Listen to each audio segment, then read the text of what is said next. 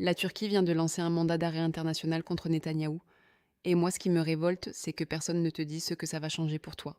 Le 21 août, Ankara sort le grand jeu diplomatique. Netanyahou répond, en qualifiant Erdogan de dictateur. La crise est ouverte. La Turquie, c'est pas un petit pays. C'est la deuxième armée de l'OTAN et un carrefour commercial massif entre l'Europe, l'Asie et le Moyen-Orient. Quand cette zone s'embrasse diplomatiquement, les marchés tremblent. Et tes placements, ils sentent passer les secousses. Premier impact direct, le pétrole. La région concentre une part énorme des routes d'approvisionnement mondiales. Une escalade peut faire grimper les prix à la pompe en quelques jours. Deuxième impact, les marchés européens. Les actions des entreprises exposées à la région, énergie, transport, tourisme, pourraient décrocher. Et si tu as un ETF monde ou un ETF émergent dans ton assurance vie, tu es exposé sans même le savoir.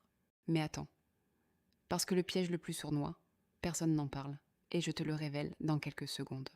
La Turquie peut aussi couper ou compliquer les routes commerciales en mer Égée et en Méditerranée orientale. Ça touche les prix des biens importés en Europe.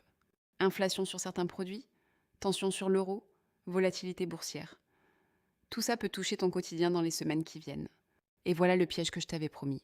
Dans les crises diplomatiques, les investisseurs paniquent et vendent en masse. Les cours plongent et c'est souvent là que les plus malins achètent. La panique des autres, c'est parfois ta fenêtre d'opportunité, mais seulement si tu comprends ce qui se passe avant tout le monde. Chaque jour, je décrypte une actu qui touche ton argent. Abonne-toi pour ne jamais être le dernier à comprendre.